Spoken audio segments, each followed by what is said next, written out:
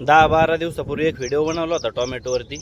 जर टोमॅटो कोणाला महाग वाटत असेल तर मी त्याच्यात माझा नंबर मेन्शन केला होता की त्या नंबरवरती कॉल करा आणि माझ्या शेतात येऊन फुकट टोमॅटो खाऊन जा, किंवा तुम्हाला लागेल तेवढा घरी लागेल तेवढा घेऊन जा. याच्यावरती जवळपास 10 ते 12 लाख व्ह्यू आले त्या व्हिडिओला. त्याच्यानंतर 3 ते 4 हजार त्याच्यावरती कमेंट आहेत. आणि मी नंबर दिल्यामुळे त्या नंबरवरती 2 ते 2.5 हजार फोन आले. त्याच्यातले प्रत्येक फोन शेतकऱ्याचा होता आणि प्रत्येक शेतकऱ्याला एक अभिमान वाटावा असा तो व्हिडिओ बनवला होता. प्रत्येक शेतकऱ्याने आपलं मनोगत व्यक्त केलं, त्याच्याशी मी बोललो, त्यांच्याकडून माहिती घेतली, माझ्याकडे जी काही माहिती आहे ती मी त्यांना दिली. पण 4-5 जण असे होते, त्यांचं एक माइंडसेट वेगळाच होता की तुम्ही हा व्हिडिओ बनवला कसा, तुम्ही लाज कशी काढता लोकांची.